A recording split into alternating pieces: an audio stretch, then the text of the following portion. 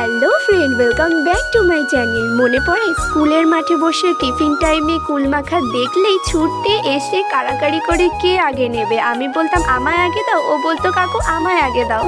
তো সেই সব তো আর ফিরে পাওয়া যাবে না। আজও সেরকম কুল মাখা খেতে ইচ্ছে করলে কয়েকটা কুল কিনেই নিয়ে আসলাম। তারপরে কুলগুলিকে ভালো করে একটু ধুয়ে নেব। আর মনে পড়ছিল কিভাবে কুল মাখাগুলো করেছিল, সেই জন্য 3টে লঙ্কা, একটু লবণ, লেবু পাতা, ধনে শাক আর দিয়ে দেবো কিছুটা কাসুন্দি।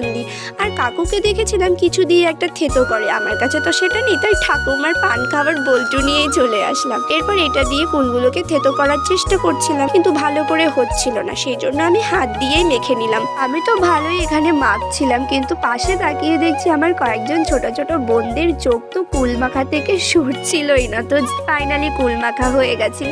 আর এইটুকু কুল মাখা কিন্তু আমরা সবাই মিলে মজা করে খেয়েছিলাম। আমার তো দারুণ লেগেছে, তোমাদের কেমন হলো জানিও।